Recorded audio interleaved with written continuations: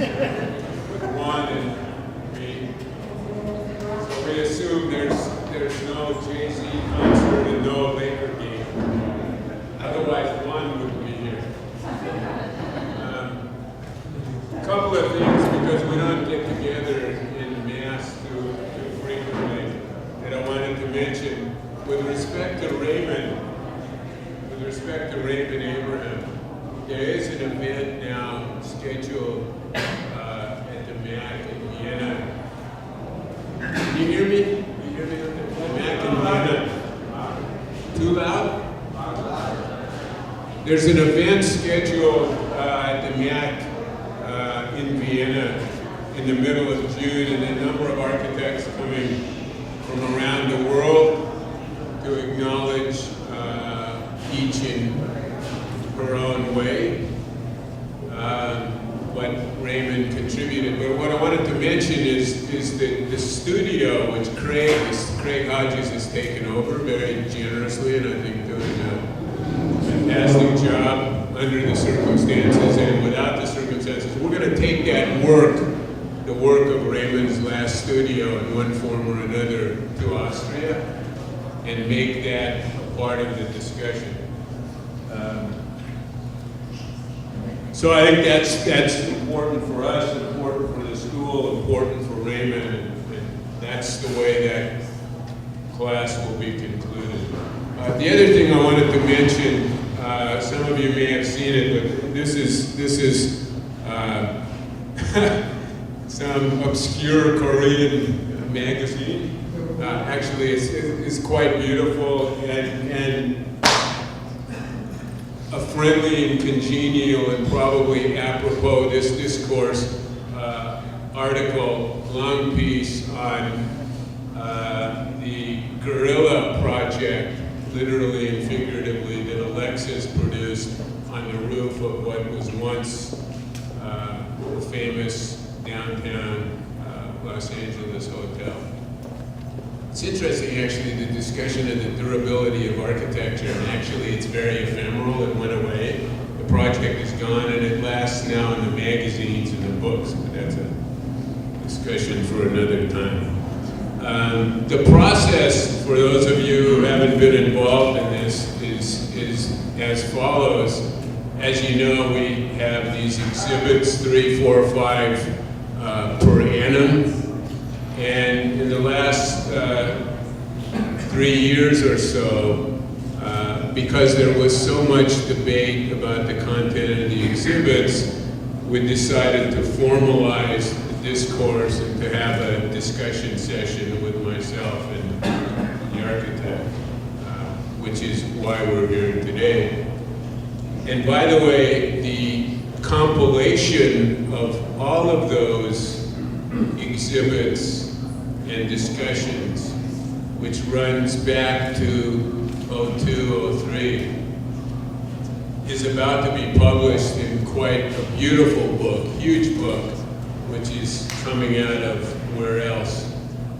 Beijing, with a synopsis of each project and the process of putting them together. It's a spectacular book, and it'll be out as soon as we can get it in, which hopefully is pretty soon.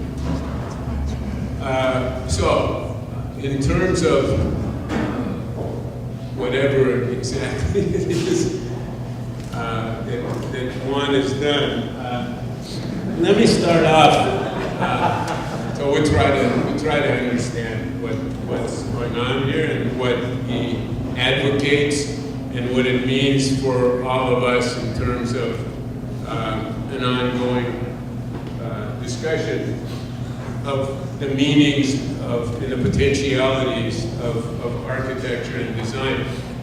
Some of you know this book. Do you know this book?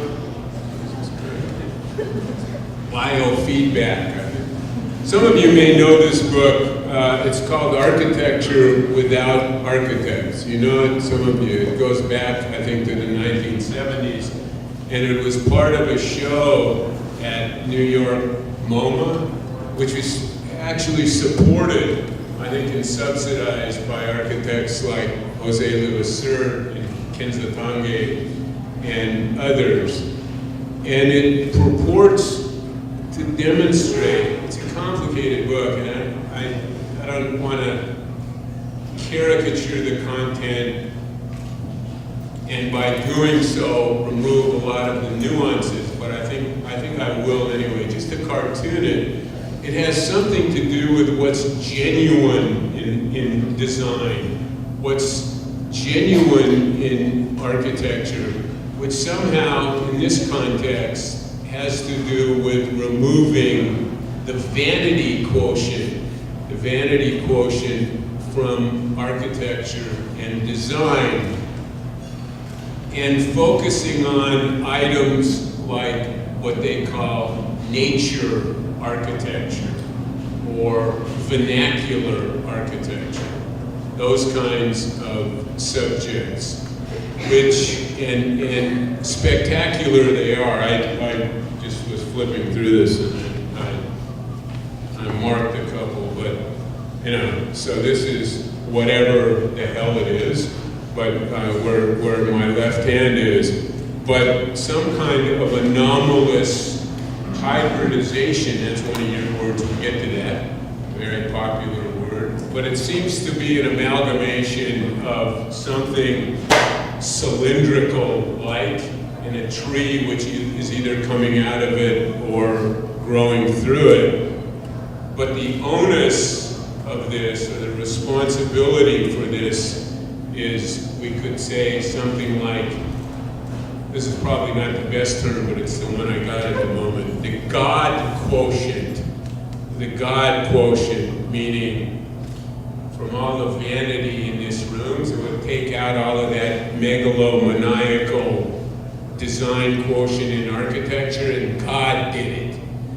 And so, with that preface, the question is to Mr. Azulay, whether this is another example of architecture without architects, meaning whether what he's advocating is analogous to the New York MoMA exhibit, to take the design component out of the process. I've been wondering for a few days, what was it that you were going to ask me? As that opening question, and here we have it. It ranged all sorts of routes, but I think that the way to answer that would be, for me, that there's a displacement in that mechanism, and a designer, instead of designing a single or a singular object that responds to a singular set of aspirations that then hopefully has the ability to multiply itself to more of a commodified way through the world, rather than doing that. The idea would be that we stand somewhere in between and we start designing relationships. The way that this thing was conceived in a certain way is a series of mirrors. So for every... But let me back up for a second before we get into how either esoteric it is or how complicated it is, and just try to see if in an elementary way, in a basic way, in a conceptual way, this is like the argument that this is either nature did it, or the vernacular did it, or God did it, because it seems to be in the process of advocating a system which is, to which an architect in a conventional sense is paying a kind of homage, but is not manipulating or operating on in a conventional way. Yeah. You know what I mean? Yeah. But I guess the answer would be, one answer would be a contemporary architect did it, with all the baggage that comes with it. The second one would be that, no, I don't think nature did it, I think culture did it.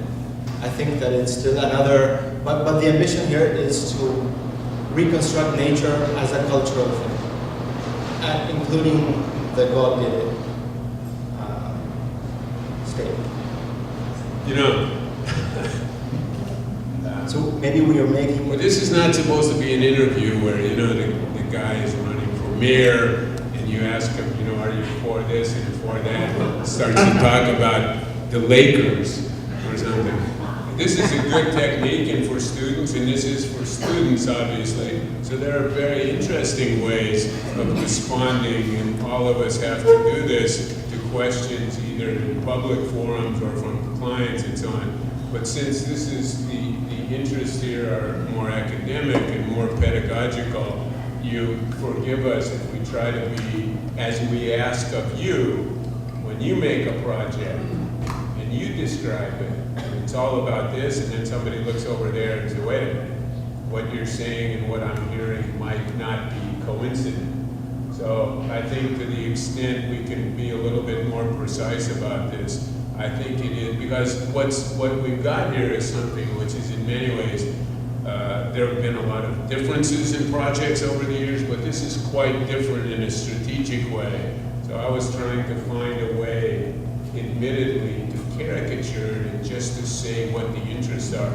To say this belongs to a contemporary architect doesn't really help me, because there are all sorts of contemporary architects. If you say contemporary, meaning you're up to date, latest, hippest, coolest, radicalist, whatever it is. So this also doesn't really help. I think what we're trying to do is figure out what we got. What did he do? How does it help you? How does it help us to understand the discussion we're all interested in understanding? No comment? No comment. No.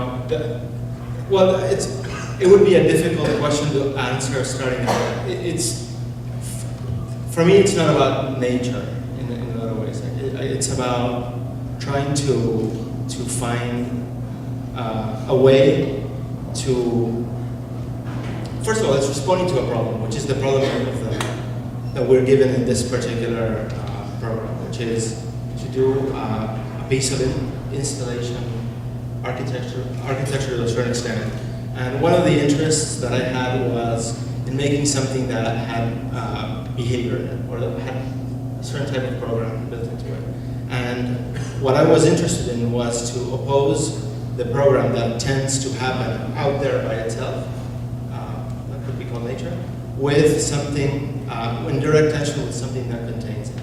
And in doing so, respond to a series of cultural observations that I think, and I didn't mean that, and the contemporary, for me it's a reading of what contemporary architecture struggles with, which is this condition of mediation in a way that it's like standing in between two mirrors, where you constantly see everything repeated ad infinitum, and the problem is really knowing how to try to frame a project rather than how to take on a series of solutions that are. But I think that's what we're trying to understand. I mean, if you in the more conventional or traditional, I mean, Zago happens to be sitting, or Tom sitting next to him. I mean, if you look at what they did, I mean, however different the pieces, but the pieces in a certain sense, you could say, as we have sometimes argued with juries and students, walk away from the jury, don't say a word, and the project is what I've made it to be. So another way to look at this, or another way to get at the question is to say, if nobody is in the room talking, what's the project? Is it, is it a box of salt, computers, a box of computers, and a very, in some ways, anachronistic geometric form? Is that what the project is? If somebody walks in here and we're not here to provide an explanation, then somehow they have to synthesize the pieces and try to understand what connects the pieces. I mean, for instance, if behind Wiscombe is where that is the Salt Mountain, which I assume could change shape. either if somebody stuck a hand, or you take it and euthanize the contents of over there. Suppose I move that box 5 centimeters toward the door. Would anybody care? I don't know if anybody would care. Would you care? I think yeah, I would care. So what is it that... No, because the reason for the question, I mean, I don't know to single out these guys, but just because they're sitting here, I think if you ask Zago, and I don't want to speak for him in any long-term sense, if somebody came in and moved the piece over a little bit, it's the end of the piece. It's this way, or we're not doing it. And so the question is, how malleable are the parts of this thing? And that itself is interesting, because I think we're in the end used to making objects in which the resolution of the object, however you arrive at it, comes to a certain conclusion, and then you say, okay, don't screw around or I quit. And it's like that. And this isn't like that. It's different. So I think it's worth pointing that out. I mean, whether this is a matter of convenience or whether it's a strategy, but I think we have to talk about that a little bit. Does it matter what the pieces are in the room? Does it matter what the relationships are between the pieces? It doesn't matter where the pieces are. Suppose I added another box of salt right in this Coke can. Yeah. Okay, is that okay? Well, the more salt that you add, the less humidity you'll find in this place, for example. That would be one function. But unless I stay here for 24 hours, I probably won't know that. No. So it doesn't matter in terms of the aesthetic effect on the person who watches this, who tries to understand. It's a small, discrete component of a series of components that are tied together. Small in terms of its ability to alter the overall loop that is being created, the overall ecology that is. So are we saying it can move, or are we saying it's better not to move? I'm saying it moves, whether we see it or not. The box doesn't move, the load of salt moves. The load of salt moves, the amount of humidity in the air around it moves as the thing moves. It moves as the pickups that are inside that thing change the way that the humidity in there behaves. There's a whole series of tie-ins between what you see through the monitor bank, what happens in there, and what you don't see that are the project. But let me just ask you, I don't know how many people in the room are experts on the process of dehumidifying a space, and how many salt shakers you need to do that. But just in case nobody ever heard of that, how would anyone who observes this understand what the meaning is of the salt, except potentially this is a kind of object made of a material which might either dematerialize or change shape, or somebody might come in who needed salt on his cheeseburger, it might change shape. So if you don't know the technical process that salt, or the role that salt plays in the discussion, how do you understand, how do you make the experience sensible? I think materials are present, just like, and this is, I think one of the things I wanted to do was that even though this is strung in a series of fairly precise relationships, I wanted that thing to be of a certain scale. I wanted the amount of material on that end of the salt on that end that it's particularly there, but of the what I see a little bit of as an opposite to that. And I think that there is a presence that these things have that do affect the way that you perceive the thing. It's one of the questions that I've been getting the most. What is that? No, I think there's no doubt that it affects it. I'm just trying to understand how it was made or what its priorities were. I mean, suppose you lifted the salt up so you couldn't reach it. as opposed to walking by and sticking your, I mean, if I stand there for 20 minutes, people walking and stick their hand in there, you know? So I suppose, would that make a difference? Because I mean, people think of it as sort of tactile content of the salt, meaning isn't it fun to make things out of salt? Yeah, I mean, something like that would objectify it beyond what it's supposed to do as it is. So I wanted it to move around, just like we would find it anywhere else. You know, it's interesting to me in terms of its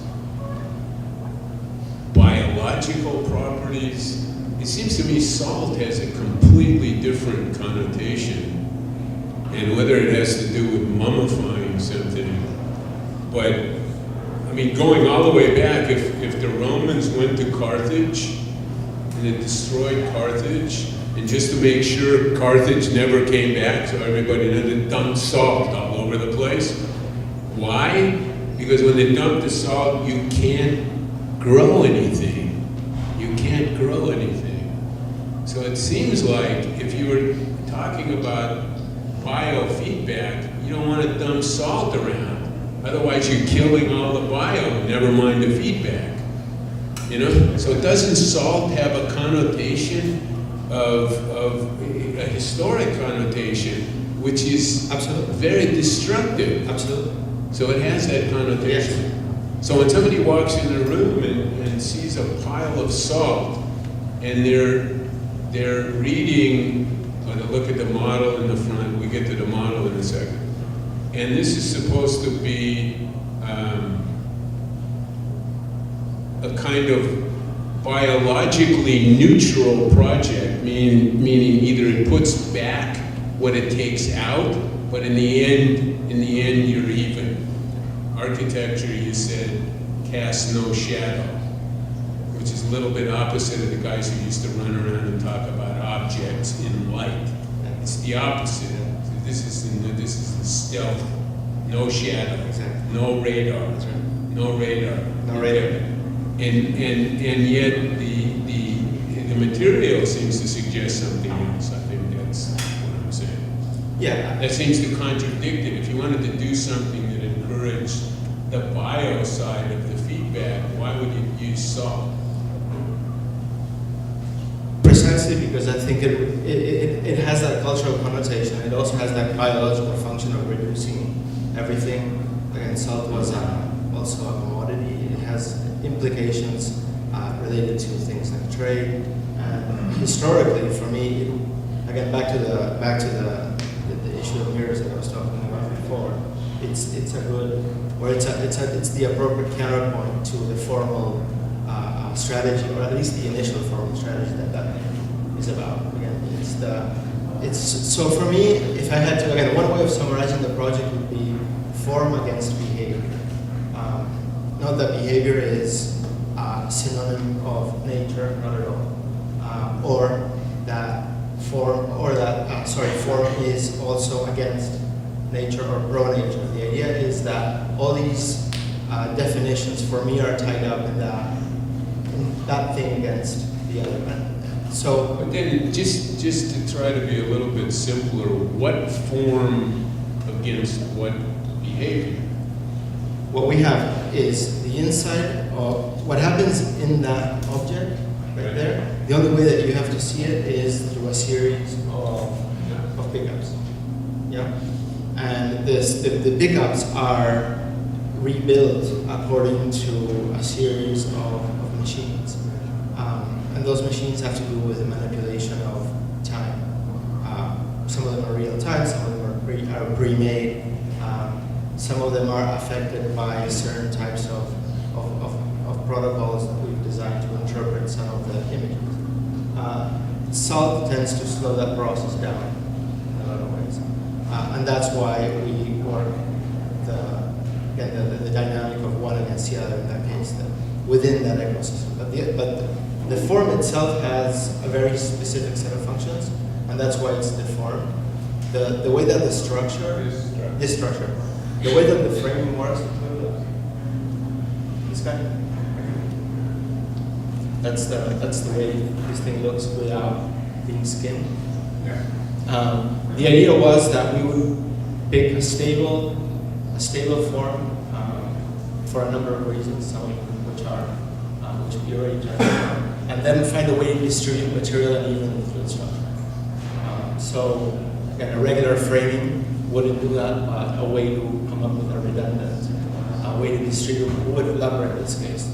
This thing would mean that you have more lumber in one corner than another, so there's a whole asymmetry or differential built into that. Then there is the... I mean, in another discussion, you'd have to explain that, I think.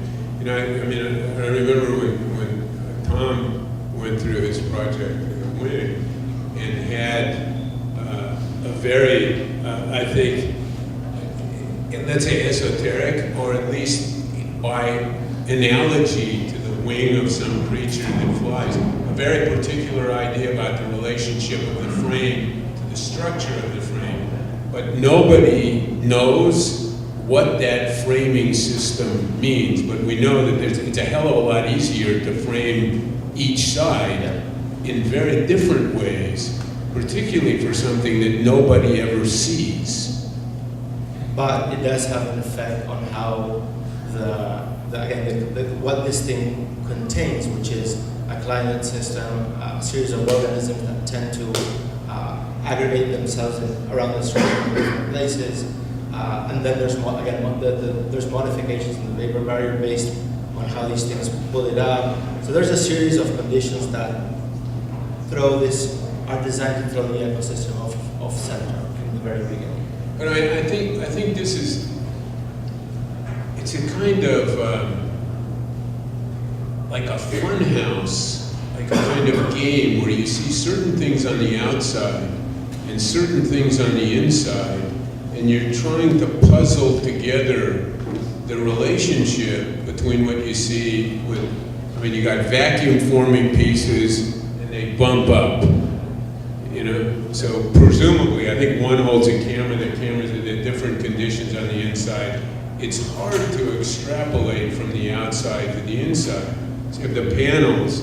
If you walk up to this thing and look at it carefully, they're very small Allen head screws, with green painted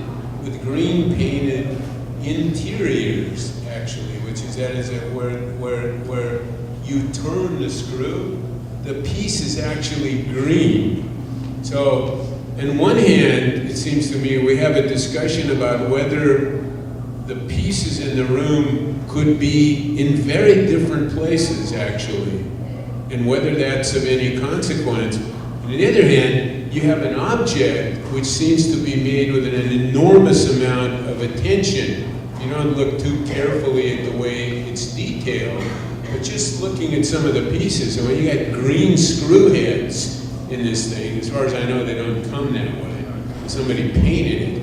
And so that also is an odd juxtaposition of what belongs in a formal way and in this object and what seems to be somewhat accidental in terms of the placement of the pieces.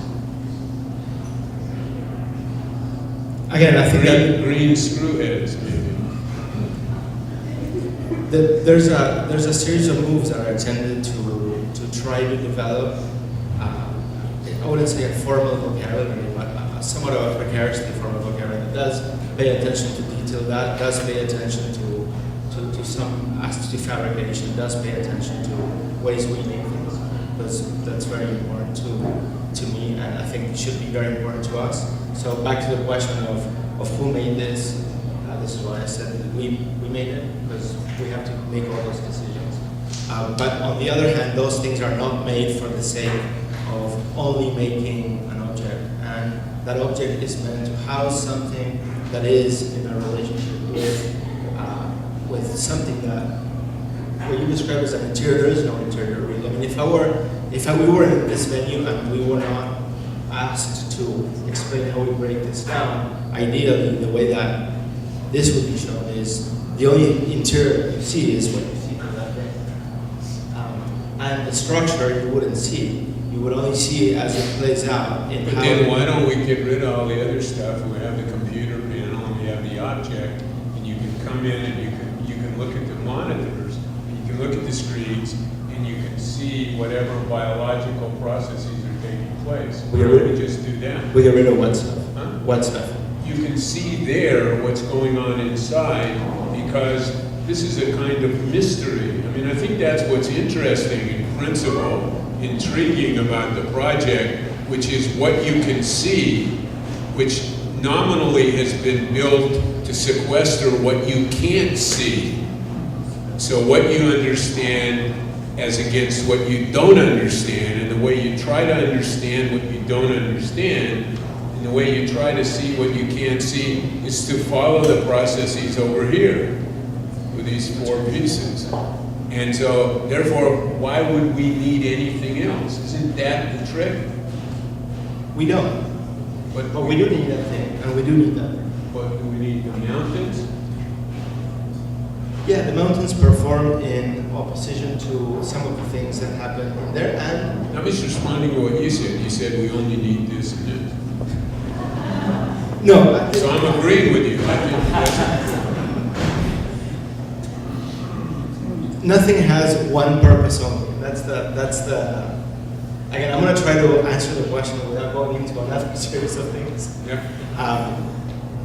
It is important for me that these things are here because, A, it's another way to throw the thing off center. For the longest time, we had this thing drawn in dead, perfect symmetry, and we had nothing else in space. So it was that against that.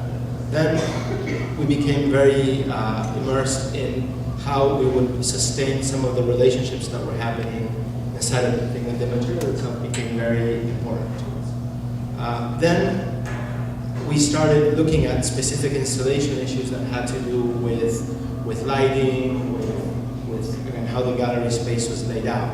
Then we started bringing up questions of what were we going to do with, say, computers and things that are supporting the system that might not belong in there, but might belong out here in the way of the gallery, not to explain some aspects of it, but not to try to either be overly dependent on that symmetry. So a lot of the things that we were trying to leave out here had to do with some of these process pieces. But see, I mean, And I personally thought that, again, the material, the salt as a material was a really good counterpoint to the monolith or the pyramid. But it seems to me in the most positive sense that what's interesting, I think, to students, to faculty, and people who might learn from this, has really to do with the relationship between what you see and what it means. It's a discussion about meaning. It's a discussion about inside and outside. It's a discussion, this is for sure, is not what you see is what you get. It's what you see is what you don't see, and what you get is not what you see. And I think whatever that means exactly, it suggests a somewhat more complicated way of understanding what the processes of architecture might be. I think I would argue it doesn't matter what's inside the thing specifically, even though your argument is that it absolutely matters because the specifics of what happens to all the dead crickets in there and this is... How do you know? Because I went in. Oh, you were supposed to. And so, yeah, and we called the Sierra Club, they're coming to pick you up.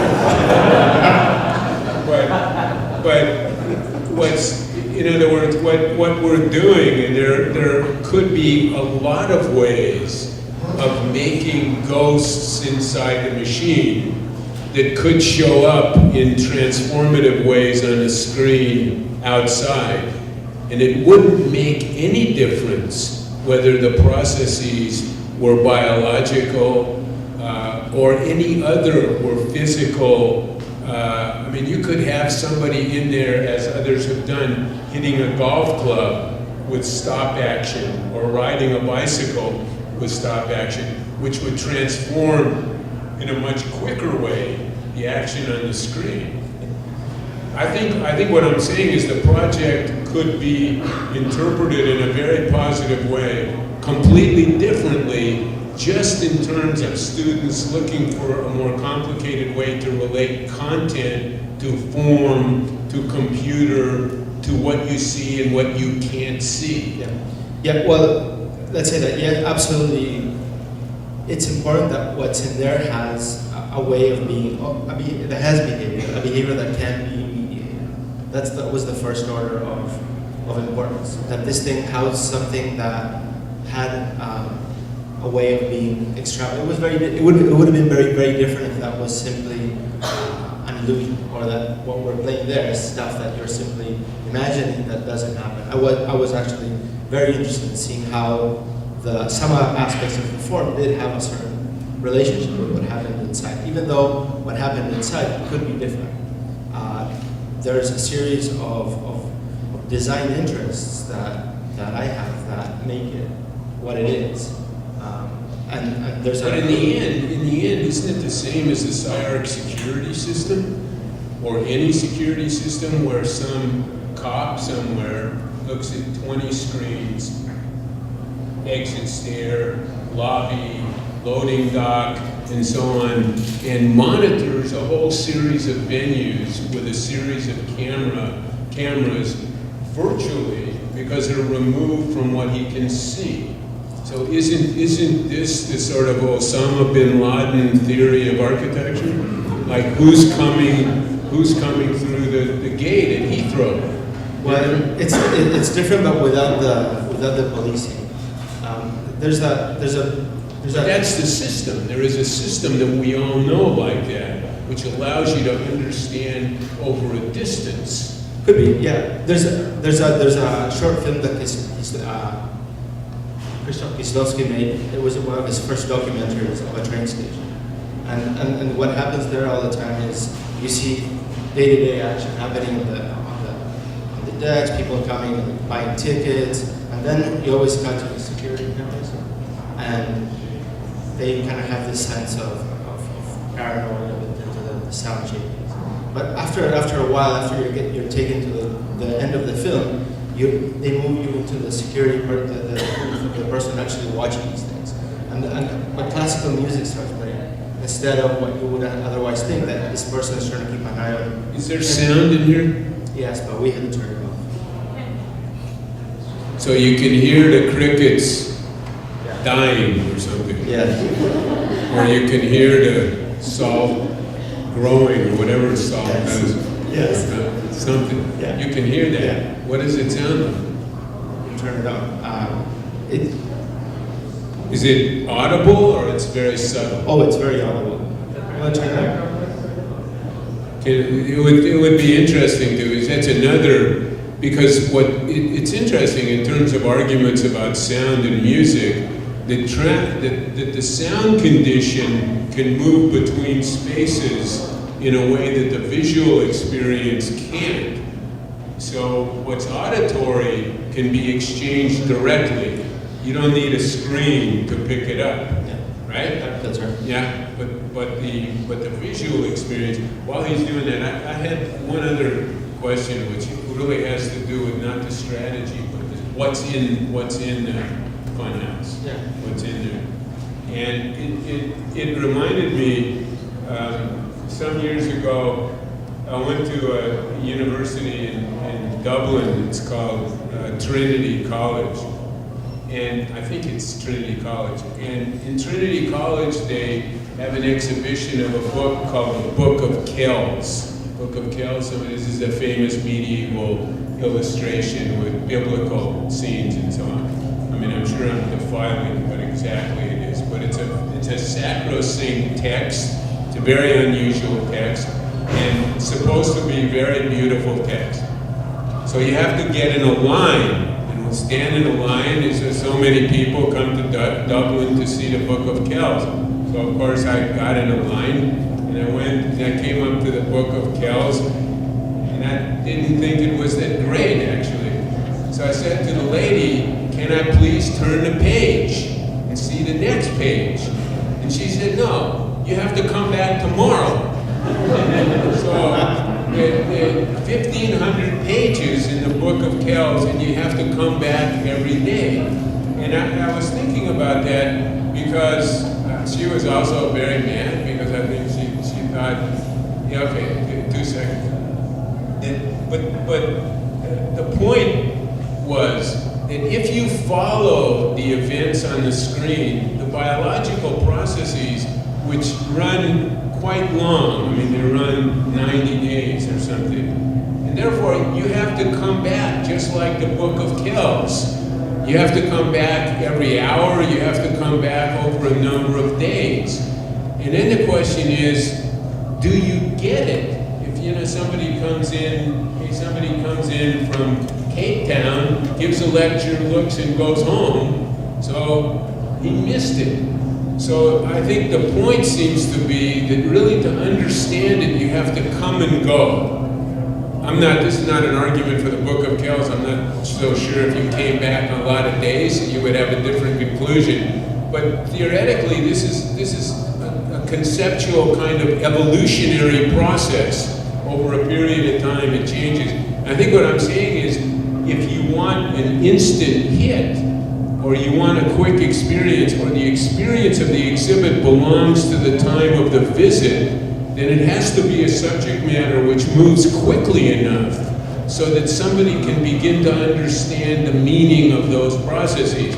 Now, it could be if this was a kind of time lapse, and you could, we've all seen this, to take the flower, and the flower's a bud, and the flower opens, and the flower folds, and the flower dies, and you can look at that. We see that in construction process. It takes 2 years to build a building, and you put it up on a screen, and you can show that as an animation in 40 seconds.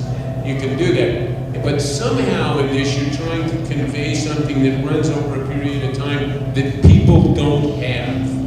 And therefore, the question is, the literal meaning of what you see there and what's going on there, seems to me, wouldn't be clear unless if you're really interested in communicating that. It's not communicated by walking in, looking around, carefully perusing, and going somewhere else. You know what I mean? Yeah, I think it can be done in 2 ways. I think that the meaning that you would get here from doing a 5-minute gallery walkthrough is certainly of one kind, which has to do with a specific opposition of the two. It's far broader. If you came 90 days later or every other day to see what's happening, you would certainly get a different reading. I don't think that either of them is the right reading, except that one of them belongs inside the other.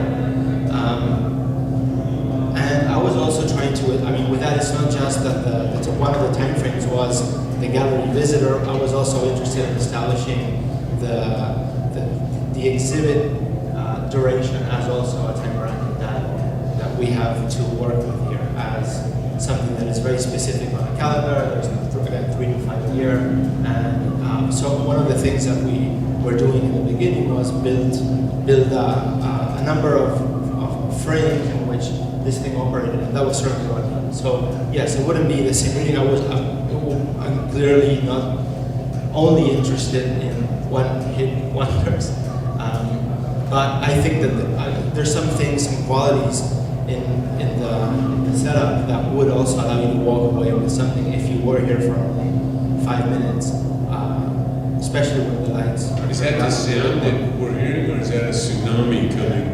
That's the sound. Is that as loud as it gets? So that's the sound of what? It can get a little bit louder. It's more clear in this area because there's sort of sound field. What is it? What are we hearing? That's our sound designer, by the way. What we're hearing is a series of processes that are direct pickups from the biology. There's certain tags that make noise. There's some animals that make noise. But specifically, what are we hearing? We're hearing water, bubbler. We're hearing some real crickets. We're hearing virtual crickets. We're hearing also generative sound made through MIDI. Sound software interpreting certain types of behavior and relaying it back as sound pitches. There's other ways of keying sound to proximity sensors that we have there. So some of them are register of how close people get to that thing. There's a number of patches that we have running. So it's it's interesting. I can't remember the name of the piece. There's a very famous John Cage piece where he comes into the concert hall. Some of you know it. It's 4:30 or something. Yeah. And you hit it. Yeah. 4:30. And you hit a note, and that's it. And then everybody hears a note, and then goes home. Something like that. You hear the note, so you expect whatever you expect from him. But you hear something which is very abbreviated. But the one thing which seems like more of a conceptual argument than something you would necessarily enjoy listening to, but it seems to me there's a different argument, and maybe this is just my issue with it, that you wouldn't want all of the other paraphernalia. You don't really understand. I mean, he sits at a piano, right? It's a piano. There's a particular composer who sits at a piano and hits one note or something which is very brief, and that's the end. That's the end of it. But at least you understand it's one composer, one pianist, one note, and that's the subject. So everybody in the hall focuses on that subject. To me, it's not so much that this isn't of some interest, but for those of you who care about music or are interested in music or listen to music, to hear this and you're not sure whether the plumbing is broken in the bathroom over there, you don't really know, it seems to me, how to associate it or what processes we're associating it with. But it's unusual, the sounds are unusual, and they're intriguing in a way. And it seemed to me that it would be better to turn out all the lights at 3 o'clock in the morning and just listen to the sound.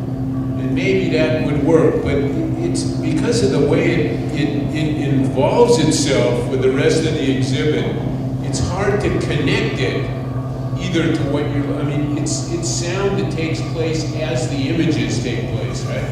I mean, there are different groups, there are different approaches. So it's not a real time. The sound is in real time. The images are assumed. So when you look at the images, you hear the sound is also disconnected from the image. Yes. They're physically a separate system. I think I did a final point. I did want to, because I think this is of some importance to us, students, faculty, and so on. Conceptually, again, I think the question of meaning and content and extrapolating from an attempt to signify outside the space the meaning of the space in terms of images and sound might be something that in the simplest way we could all use, take advantage of, and learn from. It seems to me where it gets more problematic is the specifics of the content, trying to understand as we've discussed. Yeah, well, the answer to that is that that's a design problem. I think that's where we bring to bear our own system. That's what, as an architect, that's where you start making the calls. I don't think the thing can make calls for itself. I think that after a certain point, it does operate in that kind of conceptual to present thing. And again, I don't think that this, for me, is a discussion or entirely a discussion about conceptual art. I think the pair to that has to be this menacing, invasive thing against that. But at the end of the day, the But if content it's of menacing, I think the point would be the menacing quality and the invasive quality aren't apparent unless you read the arguments. They're not apparent from what you see. You don't know whether you're looking at a certain kind of animation or what to associate it with, or whether it's foreboding or promising or what it is. There's nothing in what you see or what you hear that makes the kind of Sierra Club case. I don't think it makes that case. I think it makes, isn't it quizzical? Isn't it intriguing? Isn't it of interest to try to decipher what's in that mysterious thing over there without being able to see it? But what it is specifically in terms of making an environmental argument, I think, is a little bit more problematic. Anyway, does anybody else like to comment, question? Welcome to add to the discourse. Anybody? No? Okay, thank you. Thanks very much to Juan and his team for raising, I think, a number of fascinating potentialities. And thank all of you for coming, and see you soon. And before we go, one last thing. I just wanted to thank the team. Doug, Juan Azulay, Gilbert, Eric, Juan Azulay, and there's a number of other 30-some. But this is something that we've been working on for a very long time that we've taken very seriously. So thank you again. Thanks.